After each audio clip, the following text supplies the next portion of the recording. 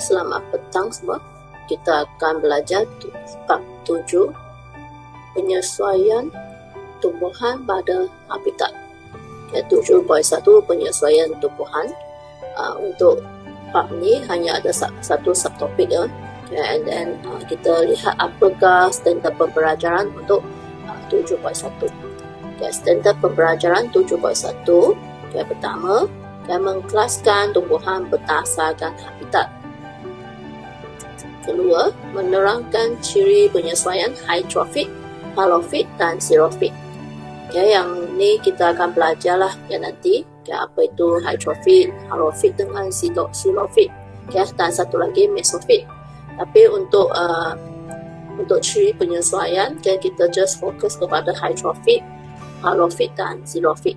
Dari segi aspek pengambilan air dan garam mineral, pertukaran gas, sokongan dan fotosintesis.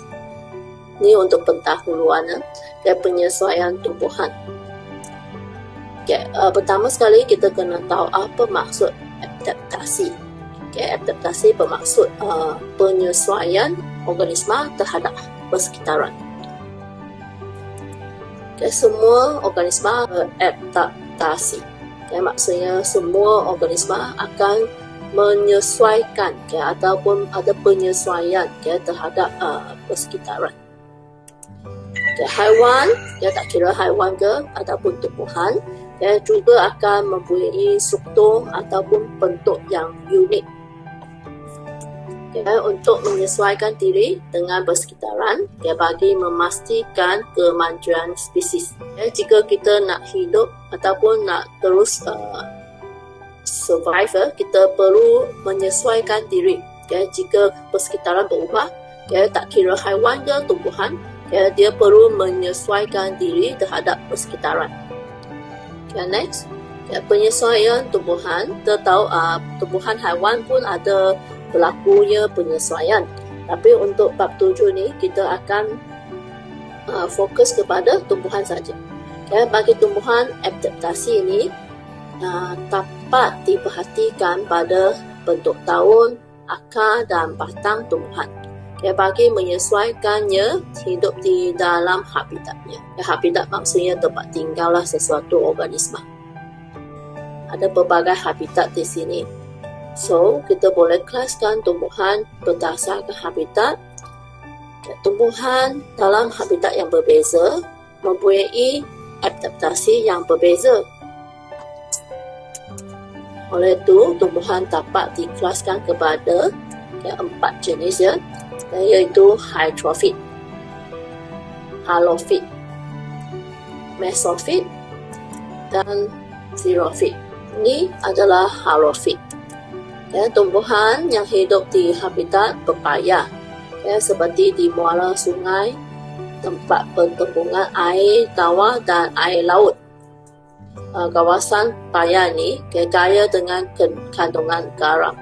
Tumbuhan halofit contohnya pokok bakau. Hydrofit adalah tumbuhan yang hidup di habitat berair. Sama ada hidup di permukaan air ke ataupun tenggelam di dalam air. Contohnya ada Irodia species dan pokok telakai. Next, kita akan belajar dengan mesofit. Mesofit adalah tumbuhan yang hidup di habitat yang tidak terlalu kering atau tidak terlalu berair, serta di habitat dengan bekalan air yang mencukupi. Kebanyakan tumbuhan adalah tumbuhan mesofit. Contoh di sini adalah pokok getah, bunga raya dan pokok mangga. Dan seterusnya, ia adalah xerofit. Di mana xerofit adalah tumbuhan yang hidup di habitat yang panas, kering, dengan kehadiran air yang sangat minimum, iaitu tempat yang mempunyai suhu yang sangat panas, seperti di kawasan gurun. Contoh adalah pokok cactus dan pokok kuma. Kedua-dua jenis tumbuhan adalah tumbuhan xerofit. Kita akan belajar ciri penyesuaian tumbuhan halofit. Tumbuhan halofit adalah tumbuhan yang dapat hidup dalam habitat yang mengandungi kepekatan garam yang tinggi dan kandungan oksigen yang rendah. Pokok bakau yang hidup di kawasan payah bakar. Inilah pokok bakau, dia adalah contoh tumbuhan halofit. Selain itu, kawasan payah bakau juga terdedah kepada keamatan cahaya yang sangat tinggi. Pokok bakau yang hidup di sini mempunyai ciri-ciri penyesuaian tertentu untuk beradaptasi dengan keadaan persekitaran. Apakah ciri-ciri penyesuaian? Untuk pokok bakau, kita lihat dari segi tahun. Pada tahun dia, tahun pokok bakau adalah berkutikel, lebar, dan stomanya adalah terbenam. Dengan ciri-ciri ini, ia dapat mengurangkan kadar transpirasi. Selain itu, daun sukuren yang dapat menyimpan air. Daun yang mempunyai struktur khas. Struktur khas kita sudah belajar kan, Haitato. Struktur khas Haitato ni dia khasnya untuk menyingkirkan garam berlebihan. Daun yang tua dapat menyimpan garam dan akan gugur kerana kepekatan garam yang tersimpan terlalu banyak. Untuk sistem akar pada tumbuhan halofit, dia adalah bercabang luas. Bercabang luas dan wujud dalam pelbagai bentuk dan saiz. Dan yang ini adalah akar dia, akar tumbuhan halofit. Tujuannya adalah untuk memberi sokongan untuk terus hidup dalam tanah yang lembut dan berlumpur. Selain itu, ia juga mengelakkan tumbuhan daripada tumbang akibat tiupan angin kuat. Sistem akar pokok bakau menghasil ratusan akar pernafasan yang tegak di atas permukaan tanah. Ini kita namakan sebagai pneumatophore. Ia adalah akar pernafasan untuk pokok bakau. Kita lihat yang ini adalah pneumatophore. Tanah dia adalah lumpur, adalah kekurangan oksigen kan. So kalau membolehkan dia boleh hidup, dia boleh survive di kawasan yang lumpur. Akar tumbuh naik atas. Akar yang tegak naik atas ni adalah akar pneumatophore ataupun akar pernafasan. Pada akar terdapat banyak liang yang dinamakan lenticel. Lenticel adalah liang-liang kecil, liang-liang halus yang terdapat di akar. Dia adalah bertujuan untuk membenarkan pertukaran gas dengan atmosfera. Selain itu, sel akar pada pokok bakau mempunyai kandungan garam yang lebih tinggi jika berbanding dengan air laut. So, dia akan membolehkan molekul air dalam air laut untuk meresap masuk ke dalam sel tumbuhan. Oleh itu, sel akar tidak akan kehilangan air secara osmosis. Sebaliknya, pokok bakau dapat memperoleh air dan garam mineral melalui air laut yang memasuki akar. Seterusnya, kita akan belajar ciri penyesuaian tumbuhan hydrofit. Apa maksud tumbuhan hydrofit? Tumbuhan hydrofit adalah rujuk kepada tumbuhan yang dapat beradaptasi dengan habitatnya yang berair. Sama ada terapung di permukaan ataupun tenggelam di dalam air. Cikgu tunjukkan ni contoh berbagai jenis spesies Ichthyonia, Hydrilla dengan Elodia. So tiga-tiga ni adalah contoh tumbuhan hydrofit. So kita fokus kepada akar hydrofit. Kebanyakan tumbuhan hydrofit memberi akar serabut halus. Ini tujuan adalah untuk menyediakan luas permukaan yang besar dan merangkap gelembung utara untuk menjadikan tumbuhan hydrofit lebih stabil dan ringan.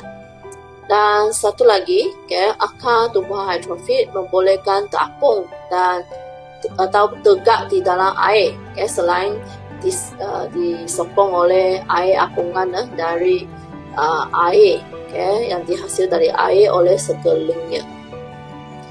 Selain itu, kita akan bahagi kepada dua jenis tumbuhan hydrofit. Yang pertama kita akan lihat adalah tumbuhan terapung. Tumbuhan terapung adalah rujuk kepada tumbuhan yang tumbuh terapung di permukaan air, dengan akar yang tidak mencecah dasar kolam. Cuba kamu lihat, ini adalah satu contoh pokok teratai. Kamu lihat dia punya daun, daun pada pokok teratai biasanya dia daun yang lebar, nipis dan rata. Kenapa ada ciri-ciri ini? Sebab dia nak membantu tumbuhan ini untuk dapatkan cahaya matahari secara maksimum untuk menjalankan fotosintesis. Tumbuhan terapung, stoma adalah pertaburan kebanyakannya pada epidermis atas daun. Epidermis atas daun diliputi kutika berlilin yang karis air, untuk memastikan stomanya adalah sentiasa terbuka. Dan batang tumbuhan ini terdiri daripada tisu yang ringan dan banyak ruang utara di antaranya. Yang ini dinamakan sel erenkima. Sel erenkima, seperti yang kamu nampak dari gambar raja ini. Ini adalah daun pokok teratai. Yang panjang ni adalah rujuk kepada batang. Di dalam batang ni ada banyak ruang-ruang utara. So, tisu ni kita namakan sebagai erenkima, tumbuhan tenggelam. Contohnya Erodia. Dia tumbuhan tenggelam merupakan tumbuhan yang tumbuh di dalam air sepenuhnya.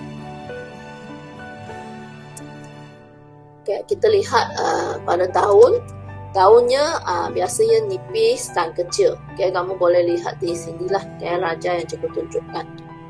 Tujuannya adalah untuk meningkatkan jumlah luas permukaan perisi padu. Ia juga untuk meningkatkan kadar resapan air, garam mineral dan gas terlarut secara terus ke dalam tumbuhan melalui epidermis.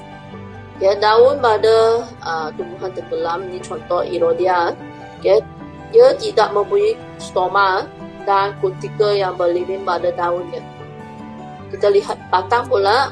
Batang dia adalah kecil. Ini adalah untuk membantu tumbuhan ini tidak terapung di dalam air serta dapat mengurangkan lintangan aliran air. Ciri penyesuaian tumbuhan xerophyt. Tumbuhan xerophyt untuk di gurun. Di mana kawasan dia adalah menerima taburan hujan yang sangat sedikit. Tumbuhan xerophyt mampu mengatasi masalah kekeringan ni yang melampau.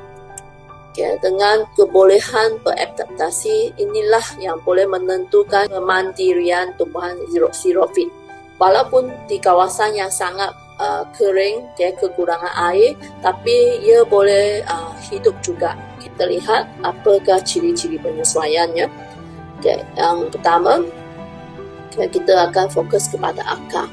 Akar tumbuhan xerophyt tumbuh secara meluas dan dapat menembusi jauh ke dalam tanah. Tujuannya adalah untuk menyerap air dan garam mineral. Air yang diserap akan disimpan di dalam akar, batang ataupun daun.